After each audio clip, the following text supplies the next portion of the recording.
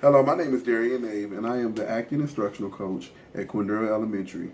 I'm here to explain with you the importance of building relationships with adult learners and give some examples of effective descriptive feedback in building relationships with students. Hello, my name is Kyle Herring, and I'm one of the teachers Mr. Nave supports. When coming in new to an instructional coach position, it is imperative to establish rapport with teachers, as they will be the adult learners you will be working with. It is important that the role of the instructional coach is established so that teachers will not feel threatened or be reluctant to work with you. Sometimes teachers may feel that instructional coaches are a second set of eyes for the principal. This is not the case. As the instructional coach, it is simply there to support teachers and help keep them up to date on current instructional practices and strategies. Well, Mr. Nave, I appreciate the way you established your role as an instructional coach. I like how you did that. You set out the needs assessment that was quick and easy to fill out via email. Although I wasn't sure what exactly to put on the forms, but I like how you simply asked what I would like support in, as I realized that I needed a little support around classroom management. I've only been a teacher for about 3 years, and this class that I have now has tested my limits of my patience. I was glad that you were able to lend support to help things go smoothly in my classroom. Thank you, Kyle. After a rapport is solid with teachers, then you'll be able to start working with the adult learners.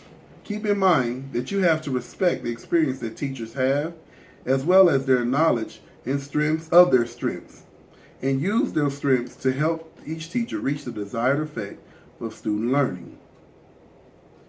It is important to build relationships with students, as they are the main reason you are an instructional coach. By working with teachers, your work will be reflected in their learning. One approach of ICs can take to building relationships with students is by giving the students a survey almost similar to the needs assessment. The survey should include students' thoughts about school climate and instructional practices that they see effective. This will help the ICs get a feel for how the students are feeling and their learning.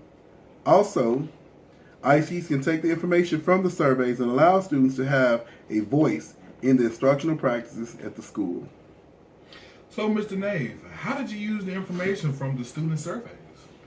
I used the information from the survey to help me find out what teaching strategies or methods students enjoy. As instructional coaches, I had the opportunity to be available for students. I made it a point to be seen by students other than when I was observing teachers or modeling lessons.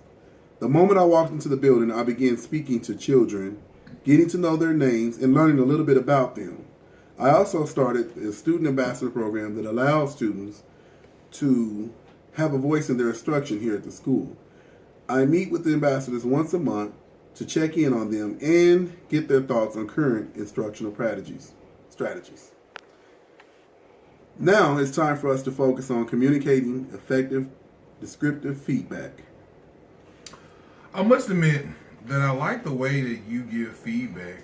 I noticed that after you conduct your observations that I normally receive feedback the same day. I like how you keep feedback organized on the observation websites on our observation, which informs me when there is new activity on my account. Thank you, Mr. Aaron. Sometimes I write feedback notes and make a copy and leave them in teachers' boxes just in case that maybe I don't have my laptop in front of me or the internet is down.